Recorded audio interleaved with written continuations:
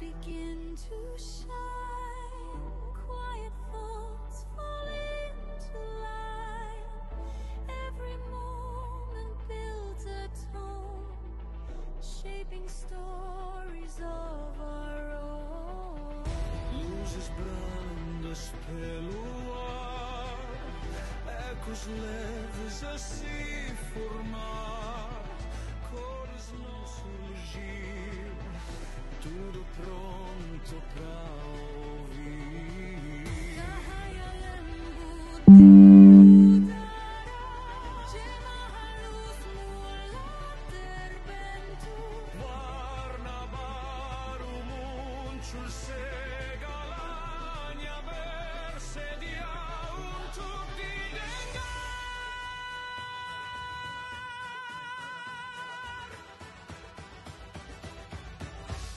One monologue, one flow, one steady mind.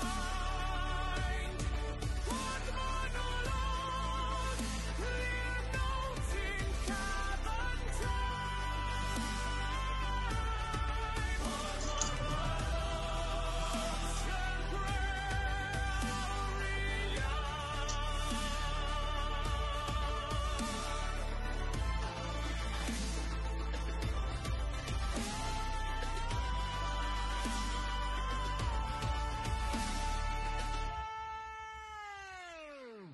Siempre steps are dancing through the streets, tudo pronto pra ouvir. Cahaya lembu diudara, halus mulai terbentuk. Assalamualaikum warahmatullahi wabarakatuh. Salam sejahtera, salam Malaysia Madani. Sama lagi dengan saya, Safwan Zubir di Pod Monolog dan juga di channel Sembang Rakyat. Pada kali ini, topik saya adalah berkenaan dengan PRN Sabah yang sedang hangat berlangsung di Sabah lah. Berbagai fakta penting tentang PRN Sabah 2025, antaranya adalah berkenaan dengan pilihan raya yang paling ramai ditandingi, ditandingi lah, sebanyak 596 calon di 73 kerusi seluruhnya, 24 parti politik dan 74 calon bebas.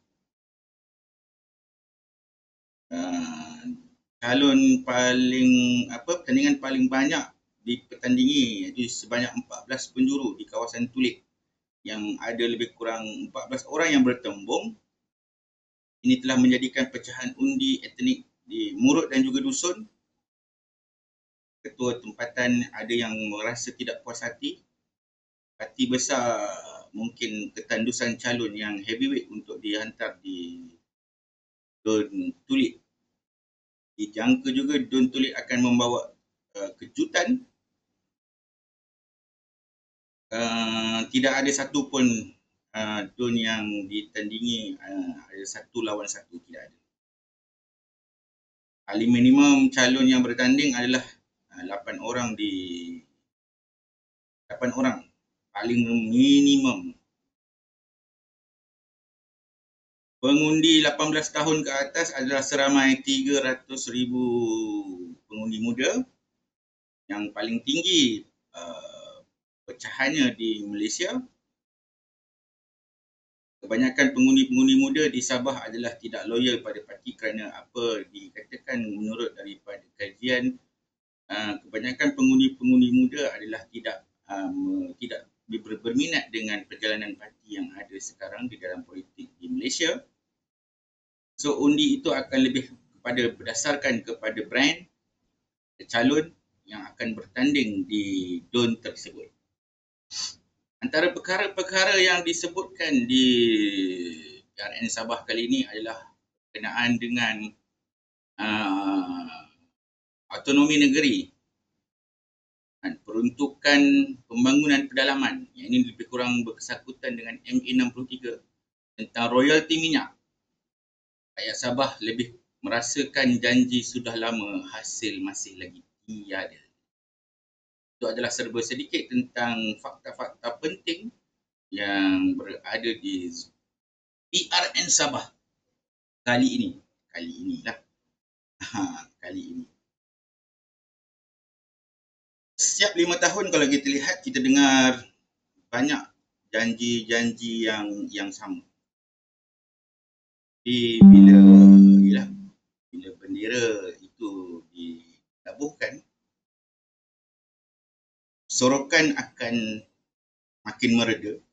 Adakah selepas tamatnya tempoh berkempen 2 minggu, rakyat Sabah sudah tidak peduli lagi apa yang akan berlaku di negeri Sabah?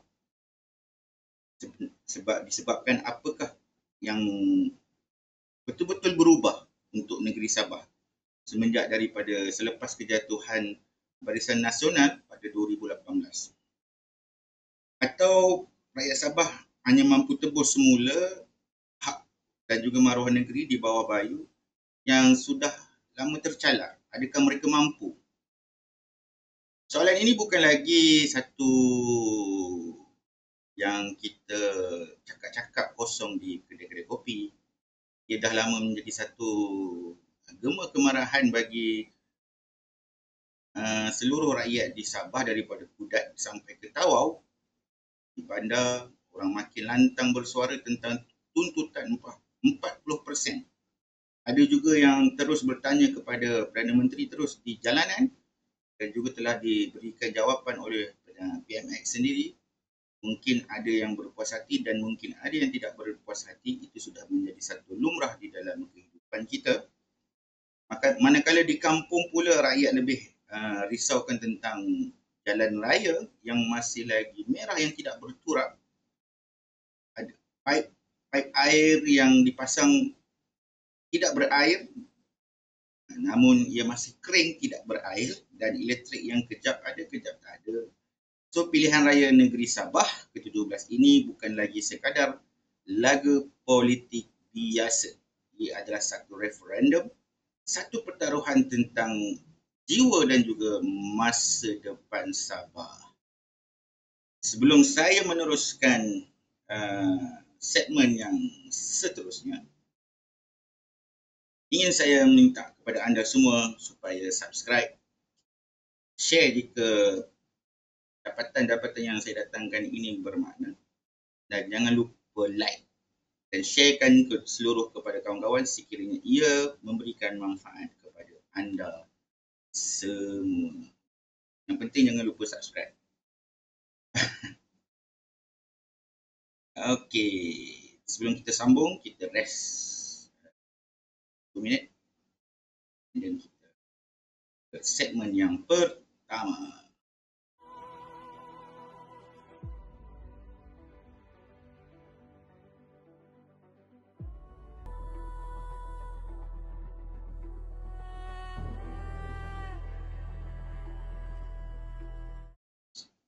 Okey, selamat datang ke saluran kami di Pod Monolog dan juga Sembang Rakyat. Kenapa PRN kali ini berbeza? Ada yang mengatakan PRN kali ini berbeza. So, hari ini kita nak cakap pasal apa? Pasal siapa yang akan menang dan juga siapa yang akan kalah. Sebaliknya, kita nak bongkar tentang taruhan yang lebih besar. Apa yang sebenarnya yang rakyat Sabah pertaruhkan dalam pilihan raya kali ini? Lupakan sekejap tentang kebisingan yang berada di dalam semasa berkempen dan juga perang poster yang makin hebat dipertaruhkan tambah-tambah di minggu-minggu yang terakhir ini. Jom kita fokus pada 3 tiang utama yang akan menentukan sama ada Sabah akan melompat ke hadapan atau terus terperangkap dalam masalah yang sama. Seperti yang saya sebutkan tadi di atas, pertaruhan yang pertama adalah berkaitan dengan autonomi dan juga hak negeri. Isu ini merupakan isu yang terkandung di dalam perjanjian MA 63 di mana dalam tuntutan 40% hasil persekutuan bukan lagi menjadi satu slogan. Ia dah jadi satu simbol perjuangan maruah bagi seluruh rakyat Sabah.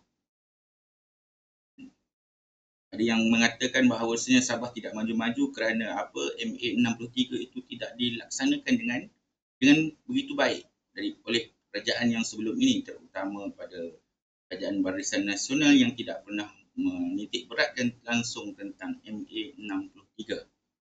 Keputusan mahkamah baru-baru ini seseolah berpihak pada Sabah dan sudah menyalakan api harapan. Namun, pada masa yang sama, ia membuka satu gelanggang politik yang lebih sengit antara negeri dan juga persekutuan. Adakah sekiranya Sabah itu diperintah oleh seluruhnya parti tempatan akan mengembalikan dan juga memberikan kesempurnaan terhadap seluruh negeri Sabah, walau sekiranya mereka tidak mahu bekerjasama dengan parti kerajaan persekutuan yang ada sekarang, iaitu Kerajaan Madani ataupun Kerajaan Perpaduan. Pertaruhan yang kedua adalah berkenaan dengan pembangunan dan juga kesejahteraan. Ironinya, kalau kita lihat, negeri yang kedua terbesar di Malaysia yang kaya dengan hasil bumi masih lagi bergelut dengan isu-isu yang asas, iaitu isu jalan raya, isu air dan juga isu elektrik. Ini merupakan satu masalah serangkai yang bukan lagi sekadar isu. Ia adalah satu keperluan dan juga tekanan yang perlu diberikan oleh kerajaan yang akan mentadbir Sabah selepas ini. Tapi ketiga-tiga perkara serangkai yang disebutkan tadi merupakan satu kegagalan sistematik yang diwarisi dari satu kerajaan ke kerajaan yang lain. Barisan Nasional janji nak selesaikan dalam satu penggal. KRS pula tunjuk rekod peningkatan hasil negeri sebagai bukti kemampuan mereka. Soalnya, janji siapa yang boleh kita percaya pada saat ini?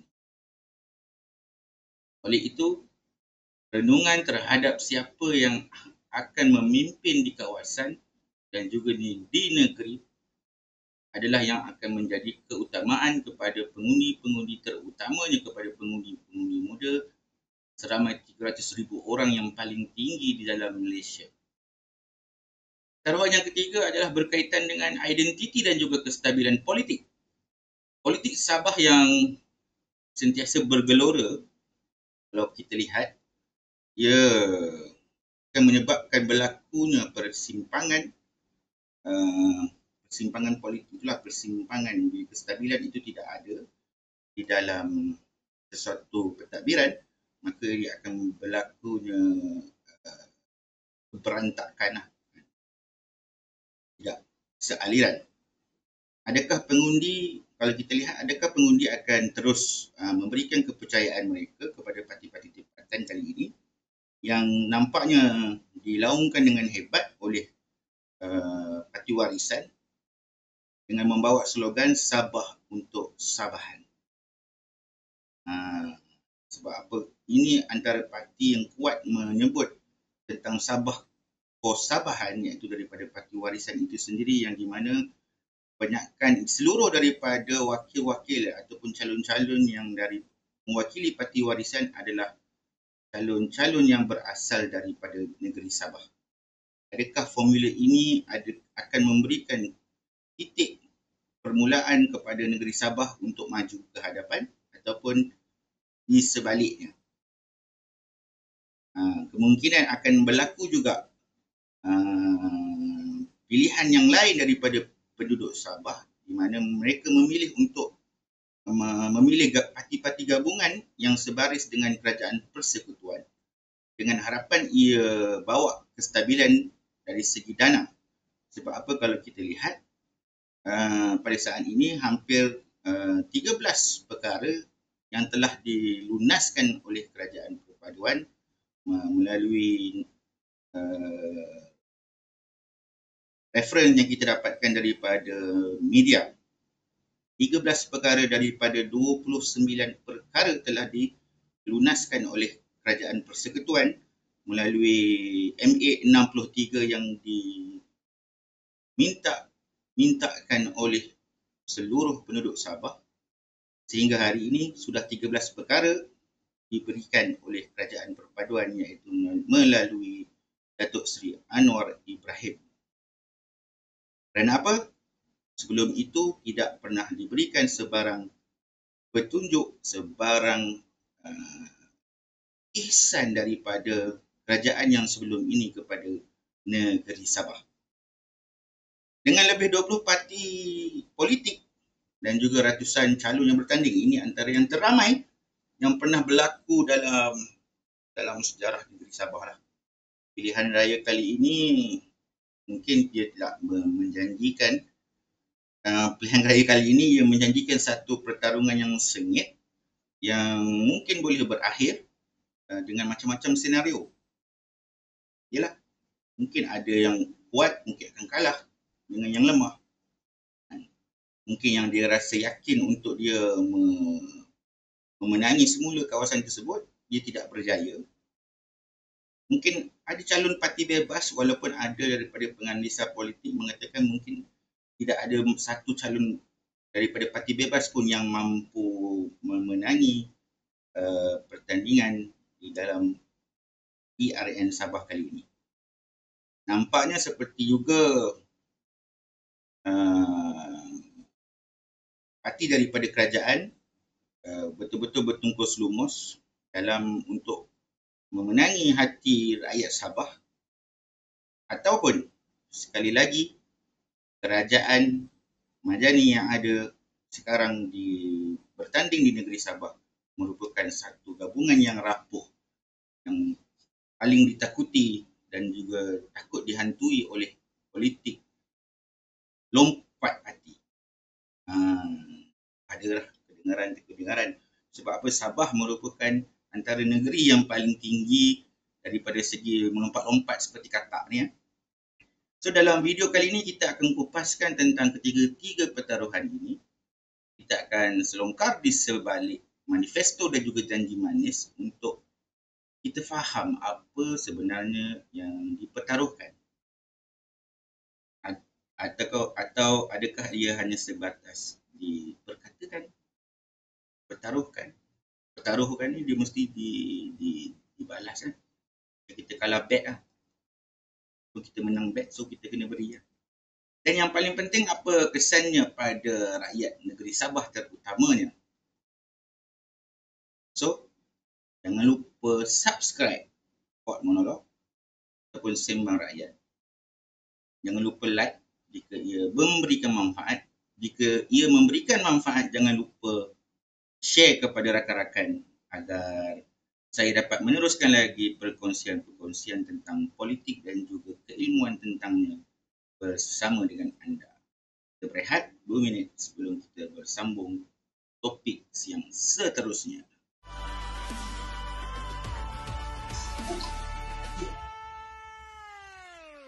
Steps are dancing through the streets. Every sound feels warm and sweet. Ritmos suaves a guiar.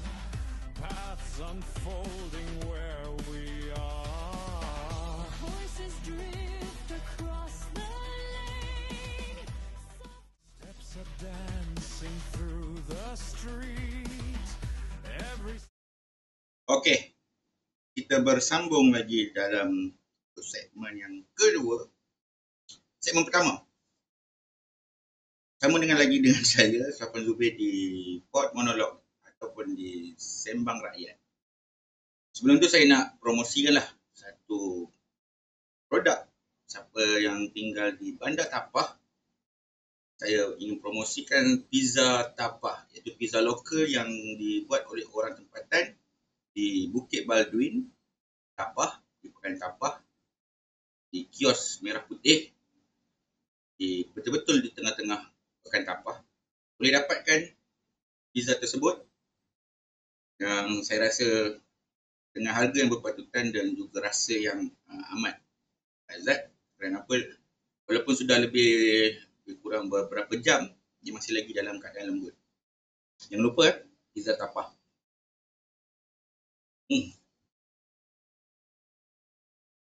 Awesome.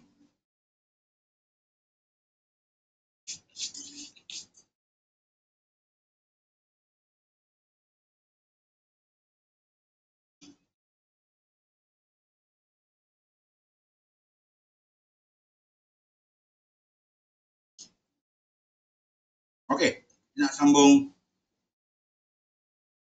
segmen yang pertama. Jom kita mulakan dengan isu yang paling panas tentang autonomi dan juga hak-hak rakyat Sabah melalui Perjanjian Malaysia 1963 ataupun MA 1963 ataupun MA 63.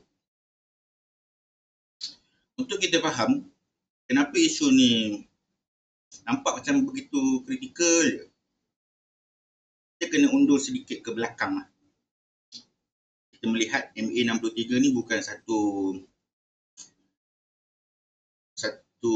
bentuk dokumen sejarah, tapi ia merupakan satu sijil lahir Persekutuan Malaysia.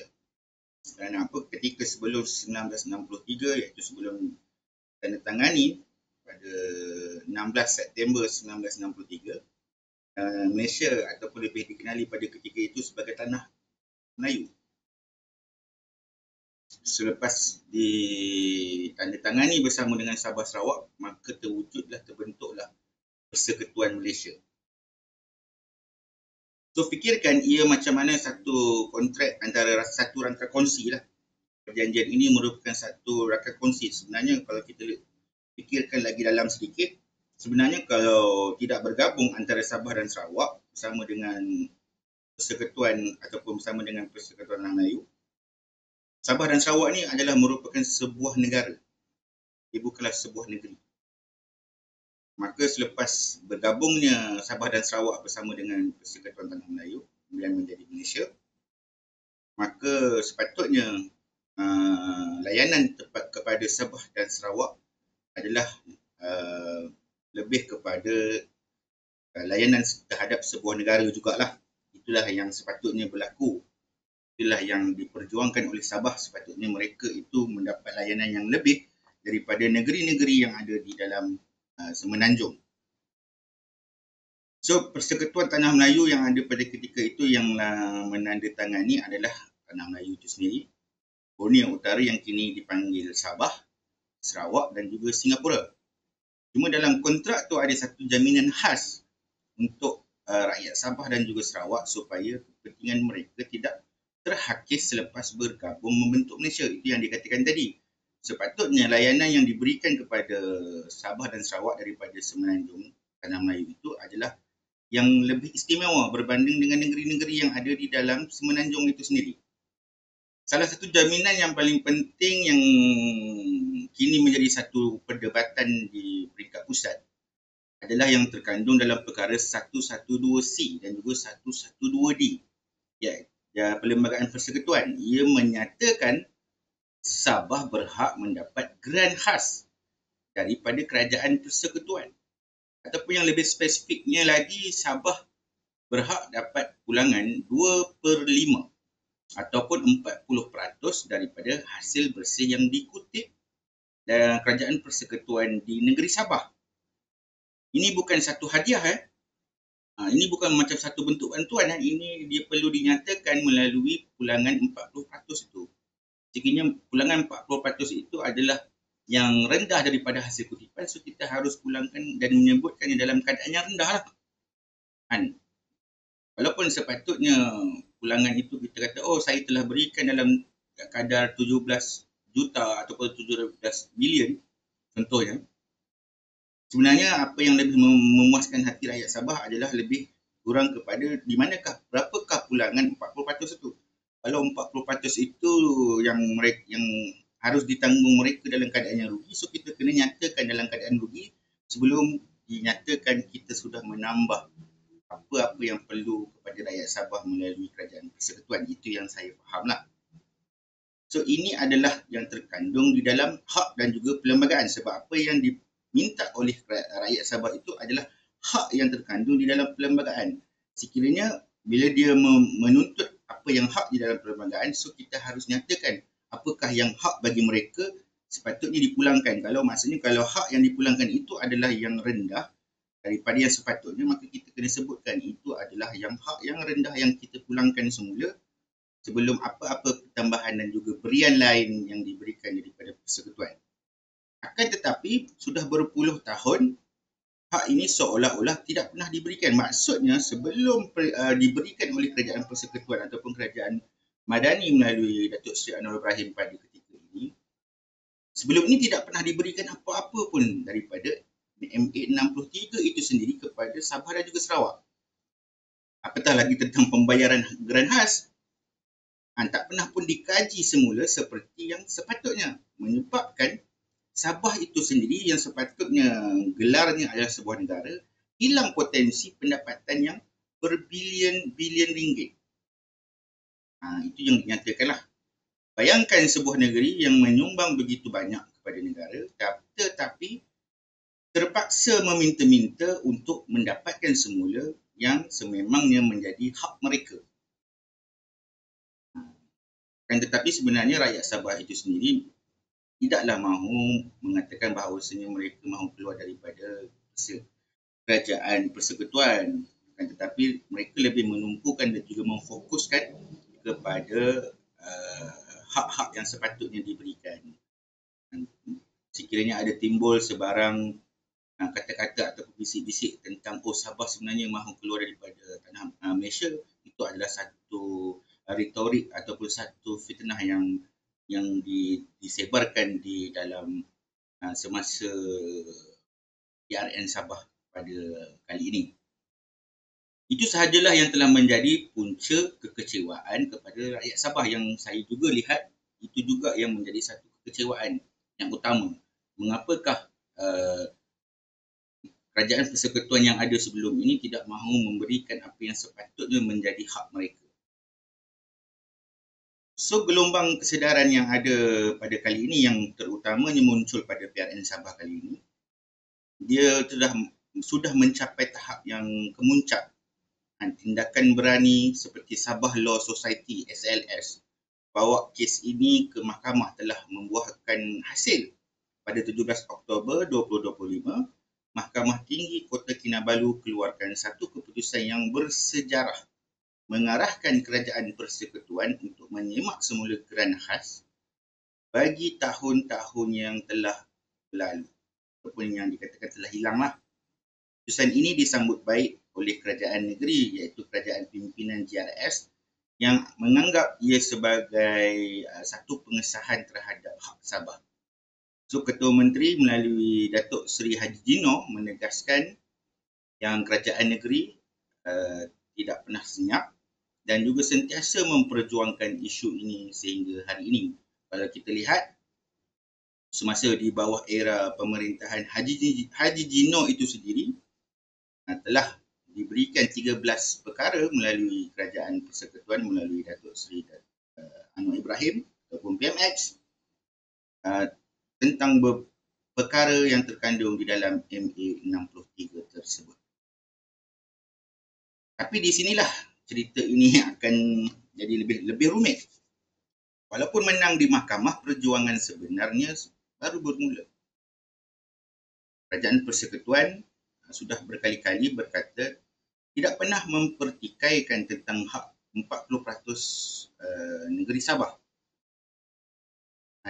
Cuma masih lagi dalam memerhatikan dan juga dilihat dalam keadaan yang berhati-hati oleh kerajaan persekutuan. Kerana tidak pernah diberikan sebelum ini, maka kita harus melihat dan juga menilai semula bagaimanakah daripada sudut yang sepatutnya kita pulangkan. Itu perlu kita berikan sedikit waktulah kepada kerajaan persekutuan yang mungkin kalau kita lihat ada satu ihsan daripada kerajaan perpaduan ataupun kerajaan Madani yang ada pada ketika ini mahu menyemak dan juga menilai apa yang terkandung di dalam MA63 walaupun telah diperkatakan hebat sebelum-sebelum ini melalui kerajaan-kerajaan yang sebelum ini. Alasan yang sering kita dengar daripada Putrajaya, daripada kerajaan yang ada sebelum ini ialah soal tentang keadilan untuk semua negeri. Perdana Menteri Datuk Seri Anwar Ibrahim ada juga dia katakan melalui satu lawatan ke sekolah di Sabah, walaupun kutipan hasil dari Sabah sekitar 10 bilion, Kerajaan Persekutuan membelanjakan semula kira-kira 17 bilion negeri itu untuk pembangunan dan juga keselamatan. Itulah yang seperti saya katakan tadi, mungkin rakyat Sabah itu sendiri sebenarnya mahukan tahu berapakah 40% yang sepatutnya dipulangkan. Dia tidak mahu pun mengambil tahu tentang berapakah jumlah yang kita peruntukkan. Maksudnya mungkin kerajaan Madani boleh nyatakan berapakah jumlah 40% yang sepatutnya dapat kepada Sabah, dan kemudian mungkin akan menyebut tambahan yang akan diberikan daripada, kalau sekiranya tidak cukup, kita akan berikan sebanyak ni. Mungkinlah itu yang dimahukan. So kenyataan ini walaupun niatnya baik, namun ia dilihat oleh sesetengah pihak seseolah mencampur adukkan hak perlembagaan itu. Itu yang saya cakapkan tadi. Dia tidak mahu apakah yang dikatakan hak itu dicampur-campurkan, maka dia nak tahu berapakah jumlah yang sepatutnya yang dikatakan 40% tu. Dia tidak mahu dicampur-campurkan dengan perbelanjaan dari segi pembangunan. So bagi ramai aktivis, dua benda itu memang tak sama. Kalau mengikut pandangan saya sendiri pun, kalau saya kata, okey, berapakah 40% yang kau sepatut berikan dekat aku? Oh tak, aku dah bagi kat kau lebih daripada sepatutnya. Oh tak, aku nak tahu berapakah 40% tu. Itu je dulu. Berapa kau nak tambah itu selepas itu. Nyatakan dulu berapa 40% tu. Aku nak tahu. Itu mungkinlah kepada peringkat saya. Mungkin kepada peringkat kerajaan persekutuan, mungkin ada penilaian yang lain sekiranya tidak sama seperti penilaian yang saya fahami. Sebab apa dia kata hak 40% itu merupakan pulangan wajib. Manakala belanja pembangunan adalah tanggungjawab bagi mana-mana kerajaan pusat dan juga mana-mana wilayah yang berada di bawah kerajaan persekutuan. So nada perbualan ini seolah-olah menguatkan lagi sentimen yang pimpinan pusat mungkin tidak betul-betul faham tentang apakah yang sebenarnya dimahukan oleh rakyat Sabah itu pada hari ini dengan menyebutkan tentang ataupun memperjuangkan tentang MA63. So isu 40% ini kini jadi senjata politik utama bagi seluruh rakyat Sabah. Maka setiap parti akan cuba menonjolkan diri sebagai juara sebenar dalam memperjuangkan hak Sabah. So mungkin kepada rakyat Sabah yang melihat video saya, mungkin bagi saya nak memilih siapakah yang sepatutnya adalah perlulah difikirkan, kerana apa? Hanya kerajaan perpaduan yang ada pada hari ini saja yang sanggup membicarakan tentang MA63 dan telah diberikan sebanyak 13 perkara daripada 29 perkara kepada Sabah yang sepatutnya diberikan. Maknanya dah diberikan sebanyak 13 perkara. Sekiranya mahu yang lebih, maka harusnya dipertimbangkan siapakah yang telah memberikan, bukan kepada yang akan kata dia akan berikan. Itu bagi pandangan saya lah pula. Kalau saya akan berikan kepada siapa yang dah bagi, bukan kepada siapa yang mengatakan tak nak bagi. Baik. Kita rehat sebentar. Macam minum air. Sambung sikit lagi lepas ni. Tudo pronto pra ouvir. Cahaya lembut di udara, cema halus mulai terbentuk. Warna baru muncul, segalanya bersedia untuk didengar.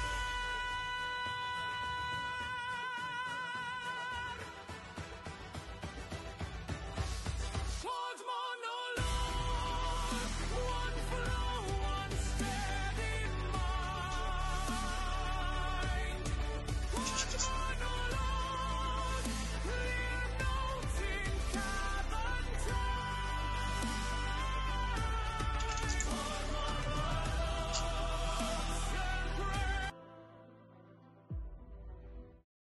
Okey, kita sambung lagi. Melalui daripada Gabungan Rakyat Sabah ataupun GRS, sebagai kerajaan dia kata, dia sebagai kerajaan yang ada pada ketika itu, dia katakan kita gunakan satu pendekatan diplomasi. Kata mereka, sekiranya kita lakukan menggunakan konfrontasi, takkan selesaikan masalah. Timbalan Setiausaha Agung JRS iaitu Datuk Armizan Muhammad Ali. Beliau pun juga optimis dengan tuntutan ini boleh selesai kurang daripada 5 tahun dengan strategi rundingan yang betul. Kerana apa? Kekuatan JRS ialah kedudukan mereka yang sedang berunding terus dengan Putrajaya dan mereka dah tunjukkan beberapa kejayaan awal seperti pengambil alih kawal selia tentang bekalan elektrik. Betul. Saya setuju dengan apa yang disebutkan oleh Datuk Armizan Muhammad Ali. Saya juga optimis kepada seluruh rakyat Sabah sekiranya anda optimis dan juga merasakan hak anda sepatutnya dipulangkan sebagai itu. Saya pun turut bersama-sama dengan rakyat Sabah bahawasanya sekiranya saya sendiri rakyat Sabah, saya mahukan sebutan tentang 40% itu berapakah ia. Namun saya juga optimis kepada rakyat Sabah bahawasanya sekiranya mahu memilih siapakah yang sepatutnya menjadi pemerintah di negeri Sabah untuk penggal yang seterusnya adalah kepada siapa yang telah memberikan daripada apa yang anda sedang tuntutkan. Daripada kita memilih siapakah yang akan memberikan. Itu mungkin menjadi cakap-cakap kosong. Satu kata-kata yang dilontarkan sebab apa? Pilihan raya. Sebab apa? Kerajaan Madani ini telah memberikan sebelum masuknya pilihan raya. Telah diberikan. Selebihnya sepatutnya kita lebih yakin kepada siapa yang telah berikan, melainkan daripada siapakah yang mahu memberikan. Lebih saya berikan kepada siapa yang dah bagi daripada siapa yang belum bagi. Sebab apa?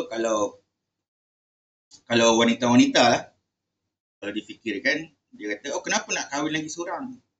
Sedangkan dia telah berikan kasih sayang dia daripada orang yang baru nak mengatakan dia akan berikan. Itu betul. Macam itulah juga. Ini kepada wanita-wanita yang ada di Sabah lah, fikir-fikirkan.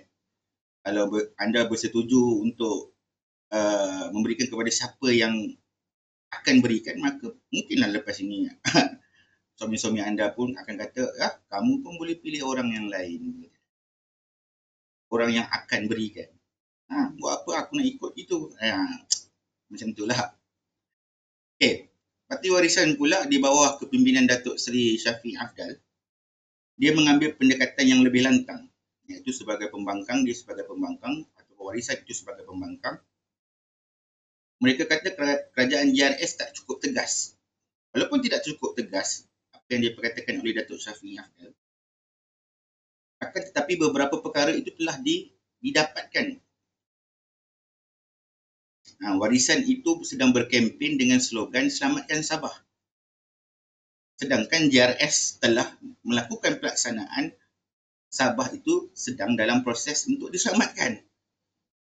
Seolah-olah apa yang dikatakan oleh warisan itu seolah-olah hak negeri sedang diancam. Dan perlukan pembela yang lebih berani, sedangkan apa yang tidak ada sedang dilaksanakan oleh kerajaan persekutuan pada ketika ini.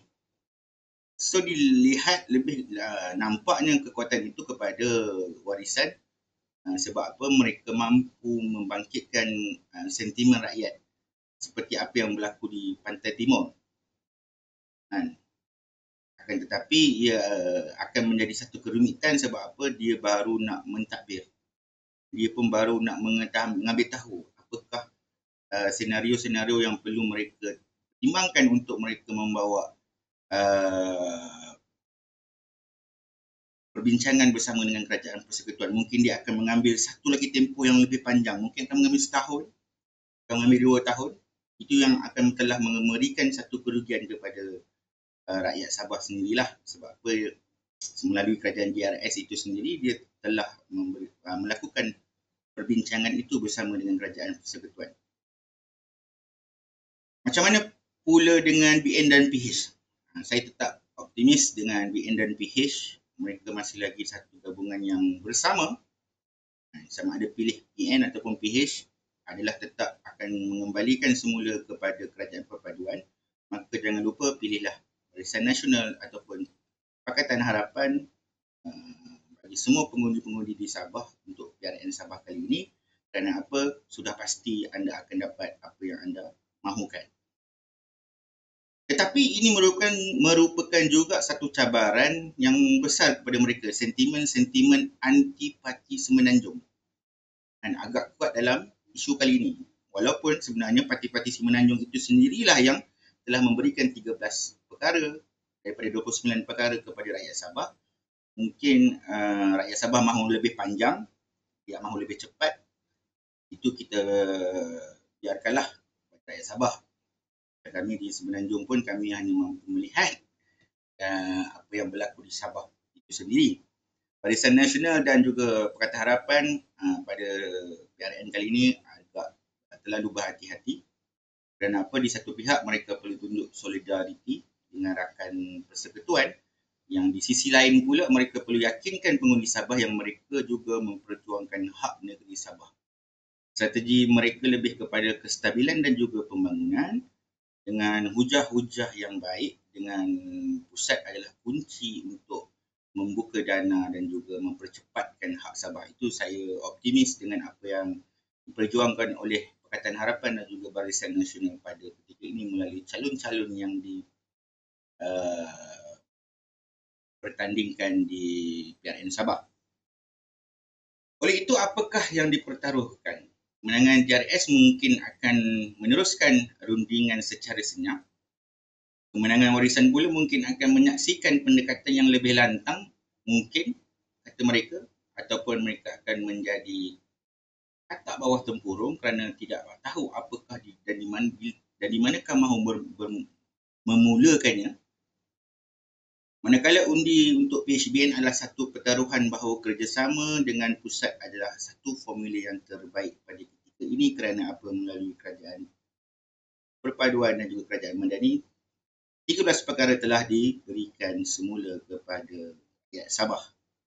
So, pilihan rakyat Sabah akan menentukan sama ada cepat ataupun lambat, ataupun mereka tidak akan ada apa-apa langsung kerana apa?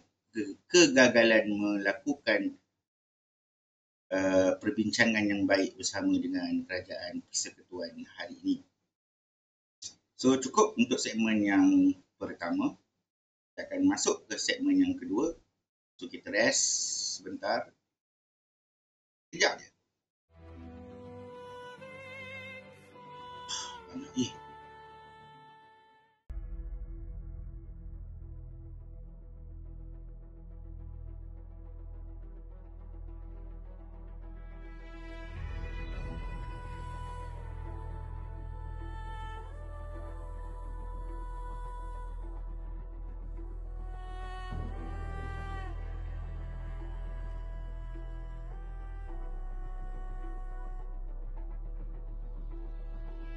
City nights begin to shine, quiet thoughts fall into line. Every moment builds a tone, shaping stories of our own. Okey, kita akan bersambung untuk segmen yang kedua dan ketiga pada sesi yang akan datang. Cuma saya ingin sarankan kepada seluruh pendengar untuk subscribe Pod Monolog ataupun Sembang Rakyat.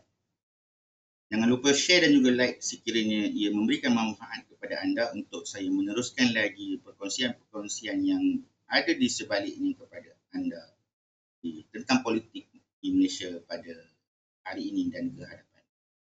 Jumpa lagi. Siang.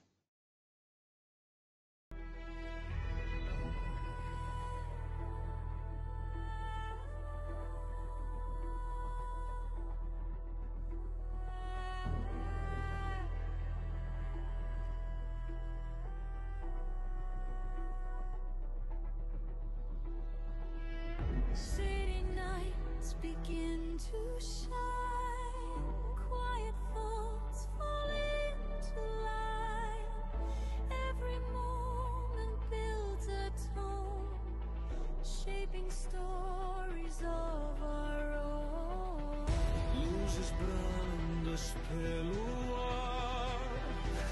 Brancos leves a se formar, cores no surgir, tudo pronto para